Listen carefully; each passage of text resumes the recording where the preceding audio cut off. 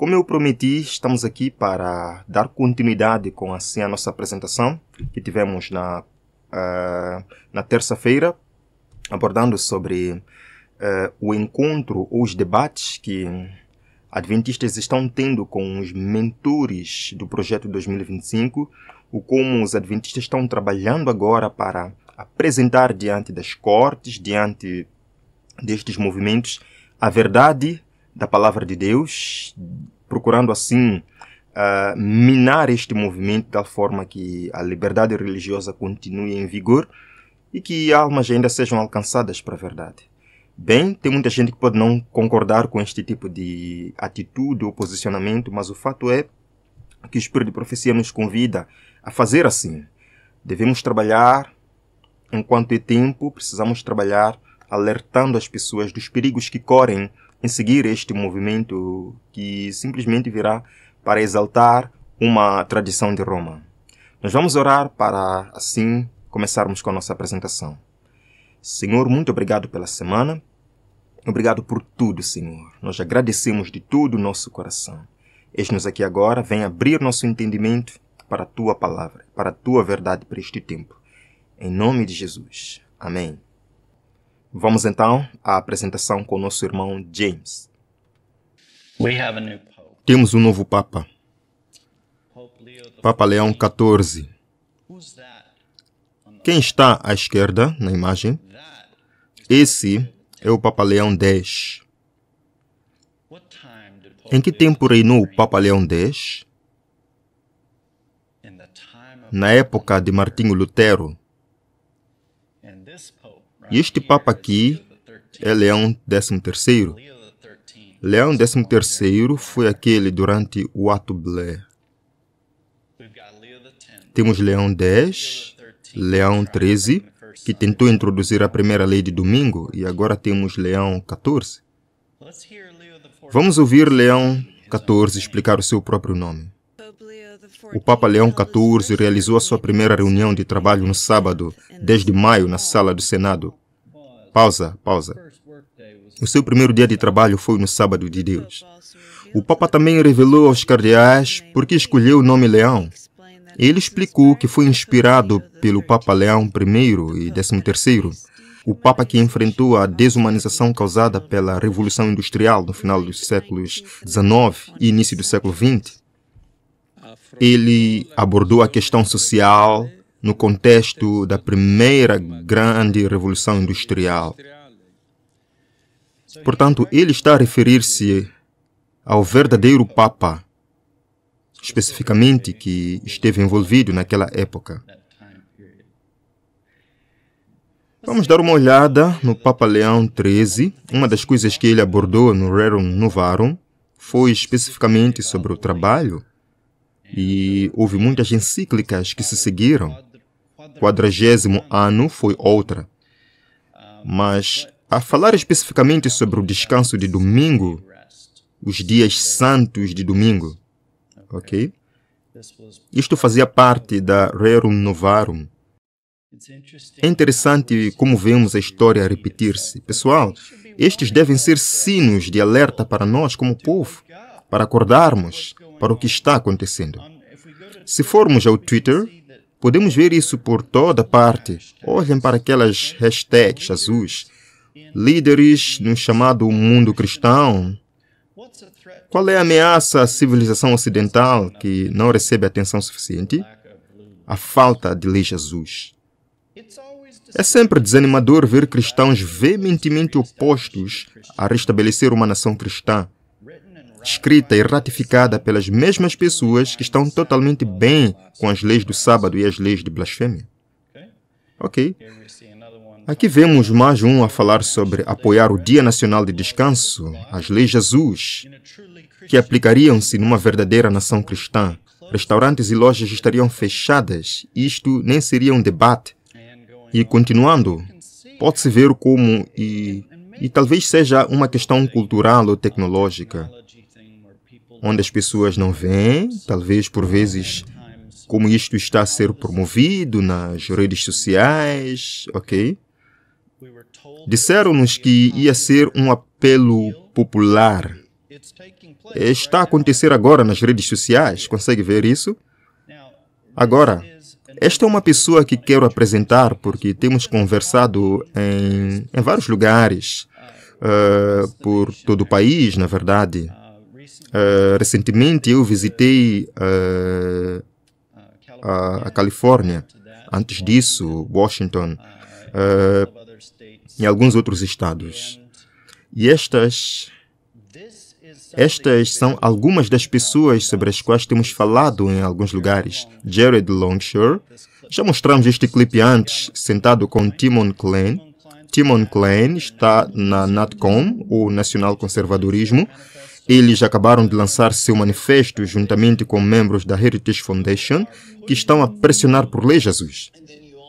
E depois também queres torná-lo fácil para os cristãos fazerem coisas cristãs. Quero dizer, essa é a principal justificação dada pelos tribunais para as leis de sábado.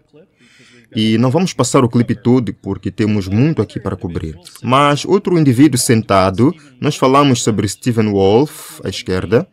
Ele é um dos principais defensores. Escreveu o livro O Caso do Nacionalismo Cristão, definindo assim o que é o nacionalismo cristão. Também é promovido pela NAPCOM. Ele está sentado com Douglas Wilson.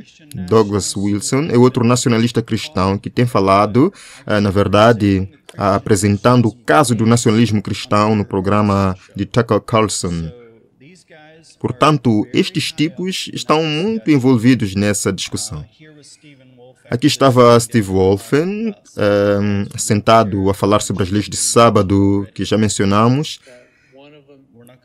e que um deles, não iremos dar o clipe, porque aqui está Doug Wilson, sentado com Gerald Longshore. Podemos ver como todos estes gajos estão a trabalhar juntos. Achei interessante, numa perspectiva de nacionalismo cristão, como é que eles interpretariam o capítulo 2 de Daniel com a imagem, certo? Porque não é o reino final, o reino de Cristo, quando a pedra desce, e não há reino depois disso, certo? Bem, como é que eles interpretam isto? O sonho de Nabucodonosor. Ele tem a cabeça de ouro, o peito de prata e vai descendo até chegar ao Império Romano na base. E então uma pedra é cortada sem mãos humanas e atinge aquela estátua nos pés.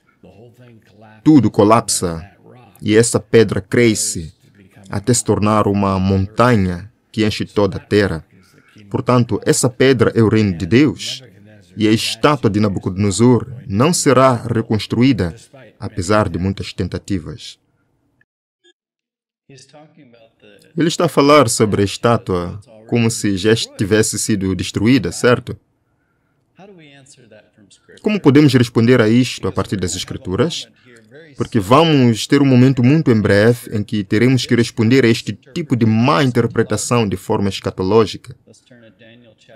Vamos voltar a Daniel 2:44 muito rapidamente. Quando a pedra atinge, a palavra do Senhor diz: todos os reis, todos os reinos foram destruídos, certo? Então, essa é a primeira vinda de Cristo ou é a segunda vinda de Cristo? Todos os reinos foram destruídos? Bem, vamos a Apocalipse 6:15. E os reis da terra, falando da segunda vinda de Cristo, e os grandes homens, e os ricos, e os principais capitães, e os homens poderosos, cada escravo, cada homem livre, esconderam-se nas cavernas e nas rochas das montanhas. Portanto, quando Cristo voltar na sua segunda vinda, ainda existem reis de outros reinos a reinar? Sim. Em outras palavras, Daniel 2 e a pedra que é cortada sem mãos deve referir-se à segunda vinda de Cristo e não à sua primeira vinda. Porque as Escrituras são muito claras em Daniel 2:44 que todos os reinos serão destruídos. Isso ainda não aconteceu. Mas porque eles mal entendem os elementos muito claros do Apocalipse 6 e Daniel 2,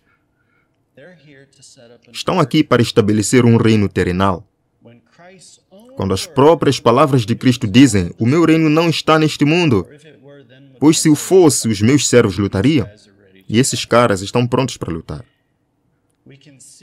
Podemos ver aqui mesmo, antes de reproduzir este clipe, quero ler apenas uma breve citação do Espírito de Profecia, porque estamos a percorrer este caminho.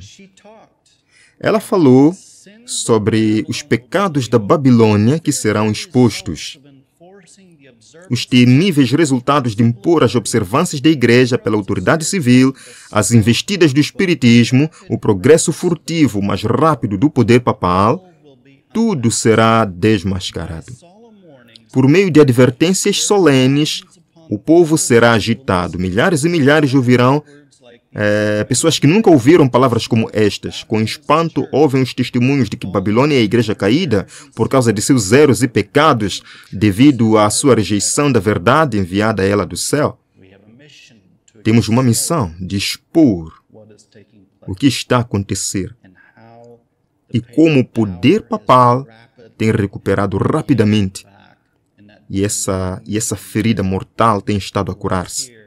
Vamos ouvir o que alguns dos nacionalistas cristãos estão a apresentar em alguns dos seus canais e como estão a tentar avançar com este tipo de autoridade que é muito papal.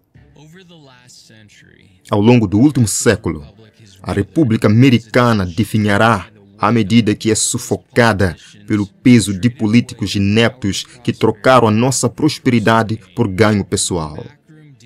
Acordos nas traseiras e uma teia sufocante de maquinaria burocrática têm corroído os fundamentos sagrados estabelecidos pelos nossos antepassados, substituindo-os pelos caprichos de uma elite não eleita. Poucos privilegiados que, até recentemente, exercem um poder sem controle sobre as nossas vidas. Os nossos fundadores, que como uma muralha de pedra se mantiveram firmes na defesa da liberdade, mal reconheciam a apatia cívica e a conformidade silenciosa que define esta geração. Homens fracos semearam as sementes da dificuldade. E agora, em tempos turbulentos, é dever dos estadistas levantar-se para enfrentar o momento com clareza, com coragem e convicção. O meu nome é David Shepard. Sou um ex-candidato ao Senado do estado de Califórnia e agora, depois de 2 anos, estou arregaçando as mangas e voltando ao trabalho. Agora, isto é reis estadistas, um chamado a levantar-se. Juntamente com o meu co-anfitrião, Lennox Kalonga, vamos examinar as forças por trás do nosso desmoronamento cultural e político e ajudar a moldar uma nova geração de líderes para inspirar os jovens a entrar na luta e responder ao chamado da sua época. Uma nova geração de estadistas está a ser forjada. A pergunta é: quem se levantará? Estamos em um momento de oportunidade para restabelecer os fundamentos cristãos que tornaram este país grande. E estamos esperançosos e determinados a conquistá-lo pelo Rei e pela eternidade. New St. Andrews College, eles querem um reino agora. Não foi a apostasia de Israel nos dias de Saul que os fez querer um rei para reinar sobre eles? Rejeitaram a Deus, rejeitaram seus profetas e queriam um rei. Este é Lennox Kalonga, sentado com Jared Longshore, que já vimos a falar sobre leis Jesus. Amigos, é hora de nos levantarmos e darmos esse grito forte. E fizemos. Respondemos no nosso canal do YouTube. E louvo a Deus. Na verdade, o Senhor abençoou o nosso vídeo do YouTube. Eles ainda não tiveram grande sucesso no canal deles no YouTube, como o Andrews College, e acabamos por ter algumas visualizações a mais do que eles. Nós reagimos e eu apreciei o Zen por se juntar a nós e sentar-se para ter essa discussão. Como resultado, Vamos dar uma olhada aqui. Este era um clipe que eu realmente tinha do Jared Longshore, que fez parte dessa discussão. Mas quero compartilhar com vocês aqui o que foram alguns dos clipes a que respondemos. Vamos ouvir isto. Outro trecho que vem à mente neste momento é Mateus 28, a Grande Comissão. É interessante como, ao discipular as nações, há uma referência a ensiná-las a fazer tudo o que foi ordenado, certo? Como é que isso se parece exatamente? Portanto, no nosso contexto, a Igreja na América reduziu essa grande comissão de Mateus 28 a apenas ir fazer convertidos. Portanto, dizer vamos ensinar a nação, que na verdade é ensinar uma etnia, existem nações, o que é outra complexidade nesta situação. Mas primeiro, é apenas o seu dever. Se você realmente vai discipular o mundo e as pessoas nele, eles vão ter que obedecer a certas coisas? Sim. Nós estamos mostrando, nós viemos ensinar-vos a obedecer. Imediatamente eles dizem, isso é jihad. Imediatamente, isto é sharia. Porque sentem a pressão. E se você vai para sociedades seculares, pessoas que acreditam nessas coisas, legislando a moralidade de algum modo, você simplesmente tem que se inclinar para isso, porque você não vai, suavizar isso com elas. Se aquele texto diz que o seu trabalho é ensiná-los a obedecer, você não pode recuar na parte da obediência. Você apenas diz, estamos absolutamente aqui para ensinar as pessoas a obedecer ao padrão. Vamos dar uma olhada no próximo aqui. Está bem? Você é uma autoridade civil. Eu sou um ministro da palavra e do sacramento. Sou um ministro cristão. Tenho as chaves do reino, o que significa pregar o evangelho e administrar os sacramentos. E você, como autoridade civil, não tem permissão para fazer isso. Portanto,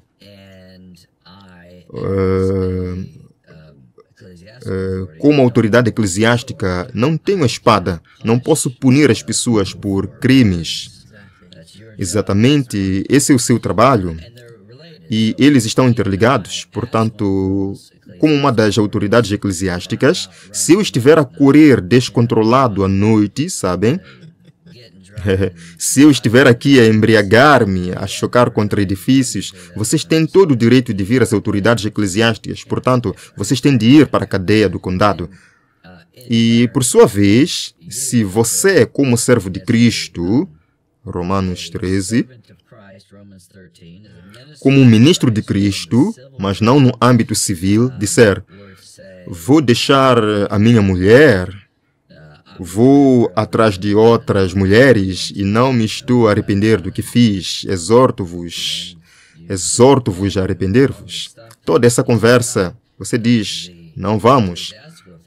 A autoridade eclesiástica tem o direito de te excomungar da igreja cristã, o que, na minha disposição, te impediria de estar em cargos. E exatamente. Portanto, esses cargos, isso está de acordo com o que temos sido como nação, ou digamos, como os Estados eram no passado. Portanto, há este acordo interligado, mas temos as nossas jurisdições e mantemos-las, certo? Espera um segundo.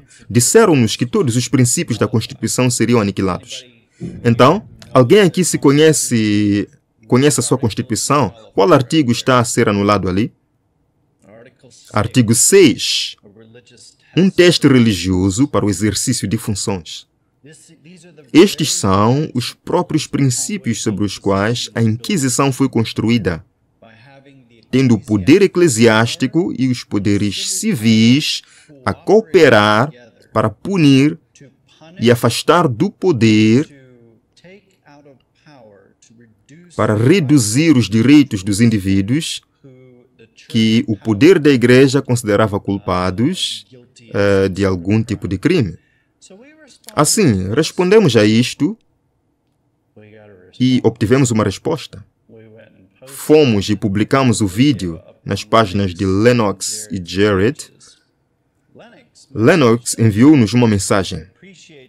Agradeço-lhe por ter tirado um tempo para reagir a alguns dos meus conteúdos, Mr. Brown. Também apreciei o seu esforço por publicar este vídeo nos comentários e interagir diretamente com as minhas publicações. Existem claramente diferenças fundamentais na nossa compreensão das Escrituras, na nossa compreensão de quem é Deus, na nossa compreensão das implicações do Evangelho, na compreensão da escatologia e várias outras variações teológicas. Continua. Assim, para ajudar ao seu declarado desejo por verdade, gostaria de propor uma discussão pública, cordial e franca sobre estas questões, talvez na sua plataforma, para abordar diretamente as nossas diferenças e todas as suas preocupações em detalhe. Ficaria mais do que feliz em participar de tal discussão. Avise-me. Essas discussões vão ocorrer amanhã, no nosso estúdio. Convidamos o nosso líder de liberdade religiosa e estamos entusiasmados por nos sentarmos com um desses indivíduos que tem conexões com pessoas que vão até o topo. Indivíduos que se sentaram com Tucker Carlson e estão bem no meio da NACON, da Heritage Foundation e de tudo mais, e fazer-lhe algumas perguntas sobre quais são os seus objetivos. É hora de nos sentarmos, é hora de dar esse grito alto, é hora de dizer a essas pessoas e avisá-las, porque esta é a realidade do que aconteceu há 100 anos. O nosso povo estava em grupos de trabalho forçado. O nosso povo em Paris, Tennessee, na verdade fiquei em Paris, Tennessee, cerca de uma semana ou duas atrás, lá na igreja de Camden, dando, na verdade, o primeiro aviso sobre Jonathan Berry, e tive a oportunidade de ficar em Paris, onde algumas das nossas pessoas foram presas, em 1888. E eu quero partilhar um pouco de Alonzo Jones, mas antes de fazer isso, tivemos a oportunidade de fazer um pouco de pesquisa para encontrar informações de 1888. Esta é a Christian Union, de 1888. E na primeira página, aqui vou ler-lhe apenas um pequeno excerto. Recebemos uma cópia de um projeto de lei sobre o descanso dominical apresentado pelo senador Blair, acompanhada de um pedido de assinaturas para uma petição em seu favor. Isto era uma união cristã. Este projeto proíbe todo o trabalho e recreação seculares nos territórios dos Estados Unidos, proíbe todo o transporte de correios aos domingos, com a ressalva de que sempre que uma carta estiver relacionada com necessidade e misericórdia, ou de ser respeito à saúde, vida e falecimento de qualquer pessoa, o fato estiver claramente declarado na face de envelope que a contém, pode ser feita a provisão para a entrega de transporte. Havia uma ligação ao serviço de correios, semelhante ao que tivemos recentemente com um caso do Supremo Tribunal, Groff, DeJoy, falando sobre o serviço de correios e o descanso de domingo. Outro sinal de alerta, né? O projeto também proíbe o comércio dominical entre estados, exercícios militares aos domingos e pagamento de salários aos domingos. Não podem dar as nossas assinaturas à petição deste projeto, porque não acreditamos que este seja o caminho para garantir uma melhor observância do domingo. Gostaríamos de ver o transporte dos correios de domingo reduzir ao mínimo, mas deve certamente ser feito uma medida menos complicada do que a sugerida neste extraordinário projeto de lei.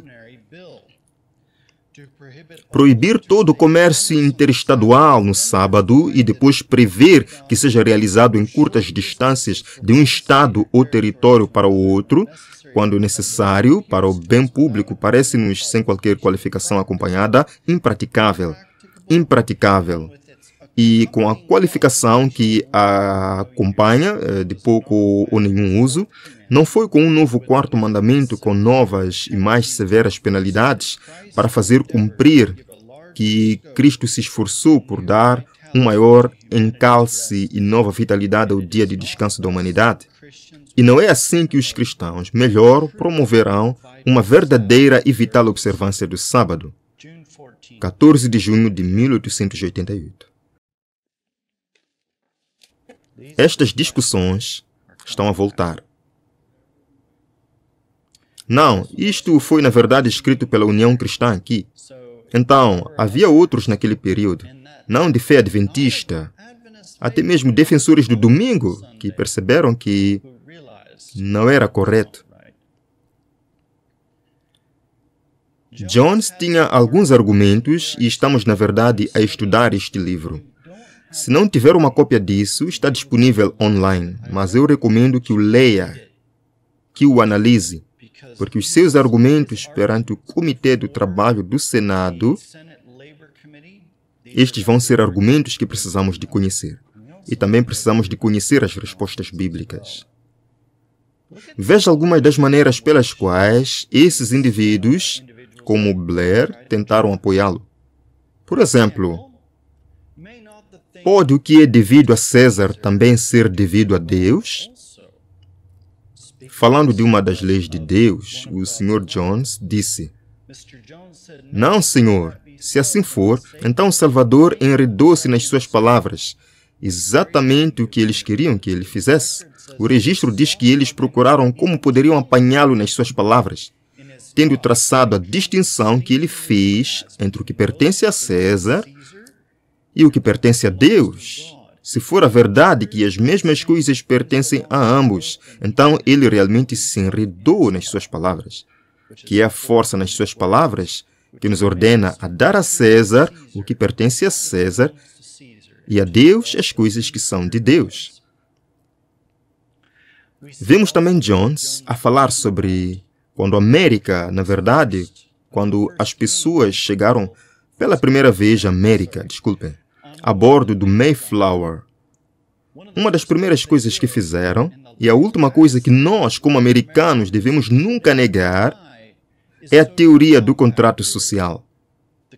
O consentimento dos indivíduos ao governo baseia-se, sustenta-se no consentimento. Os Estados Unidos da América, Roma odiou, constituíram a liberdade religiosa e em quarta cura chamaram-na de insanidade.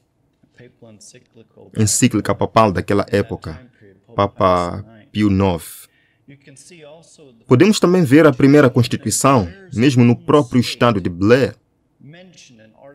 mencionada no artigo, na verdade, na seção 3 aqui, quando os homens entram em um estado de sociedade, surrenderam-se alguns dos seus direitos naturais a essa sociedade para garantir a proteção de outros. Se tal equivale, a entrega é nula. Entre os direitos naturais, alguns são por sua natureza inalienáveis, porque nenhum equivalente pode ser recebido por eles. Deste tipo são os direitos de consciência. Podemos repetir aqui mesmo. Ele menciona, e eu já mencionei isso antes, e na verdade este foi o argumento que enviei a Jonathan Berry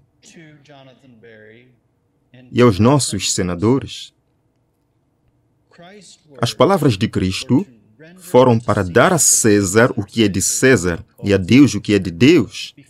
Antes de ele proferir essas palavras, ele apontou para a moeda. Lembram-se de como começamos esta discussão falando sobre moedas e o que estava retratado nessas moedas? De quem é a inscrição?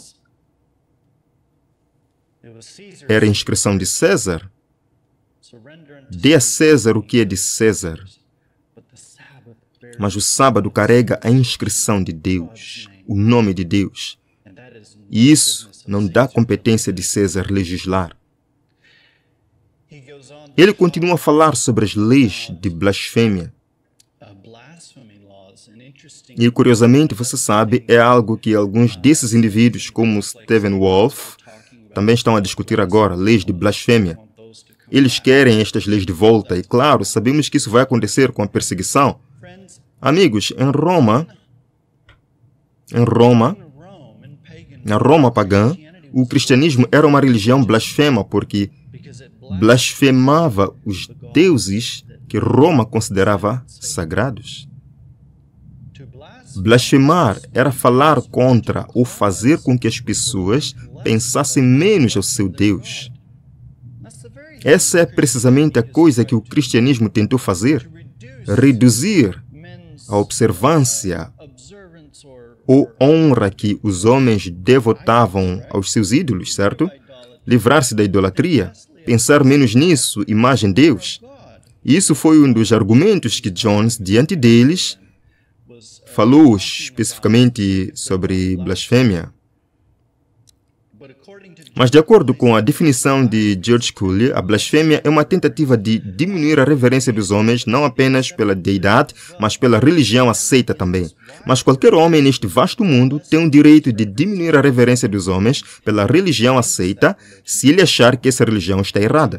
Consequentemente, como eu disse há um momento, aquilo que seria considerado blasfêmia aqui não seria considerado blasfêmia na China.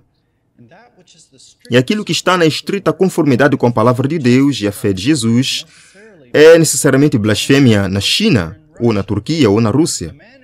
Um homem que prega o Evangelho de Jesus Cristo na China comete blasfêmia segundo esta definição.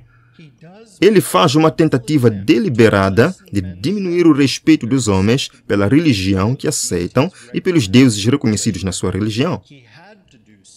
Ele tem que fazê-los se alguma vez quiser que eles acreditem em Cristo e na religião de Cristo. Ele tem que levá-los a um ponto onde não tenham reverência pelos seus deuses ou pela sua religião aceita, antes que possam alguma vez aceitar a religião de Jesus Cristo.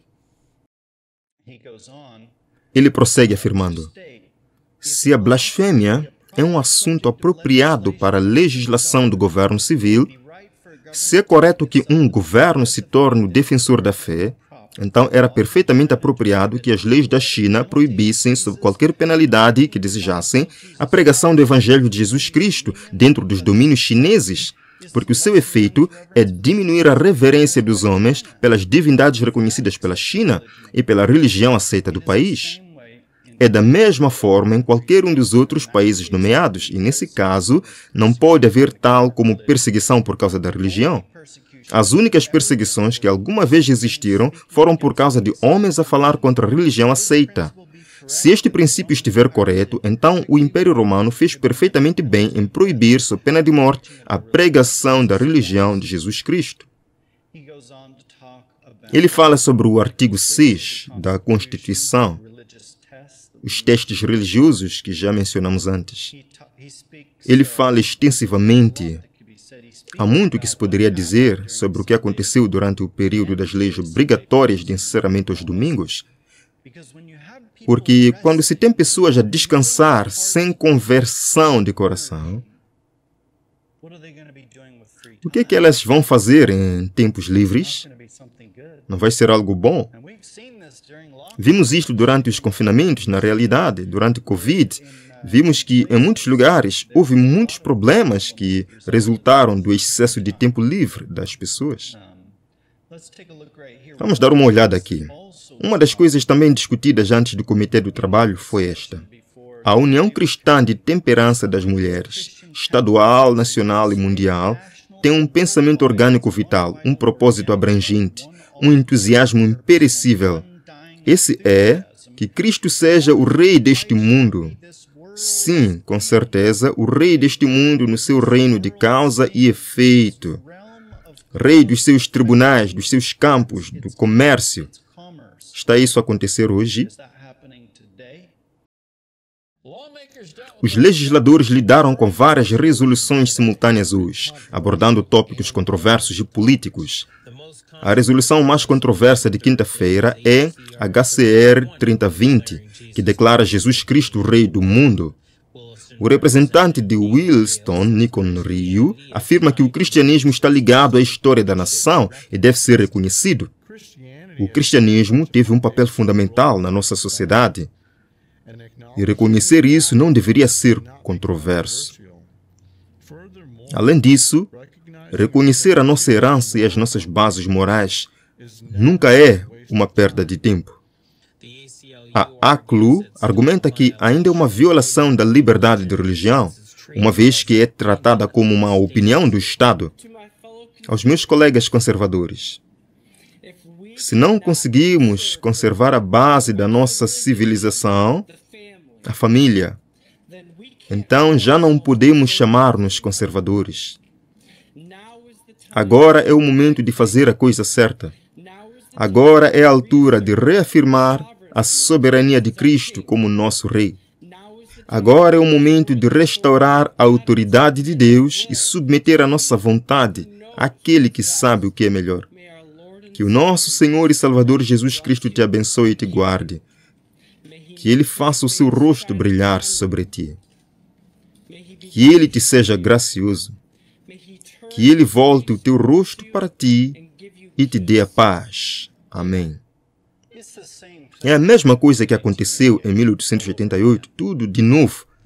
Os mesmos movimentos que estão a acontecer agora. Como adventistas, estamos opostos a Cristo como Rei? Não. Não. Estamos opostos ao governo civil deste mundo, a impor isso à força. Sim, absolutamente. É uma questão de obediência que deve acontecer na nova aliança pelo Espírito Santo, que nos dá um novo coração. O Espírito vem e escreve a lei no nosso coração. César não pode fazer o trabalho do Espírito Santo.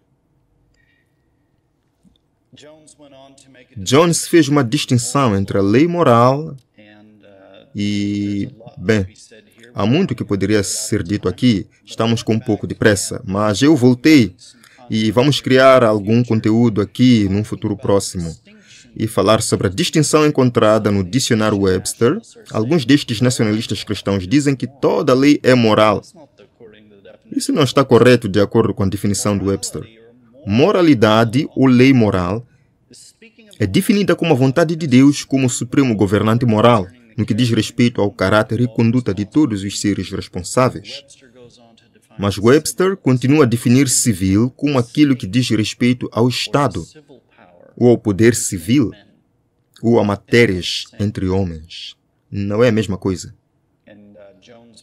Jones menciona que civil diz respeito a uma cidade ou Estado, ou a um cidadão em suas relações com os seus concidadãos ou com o Estado.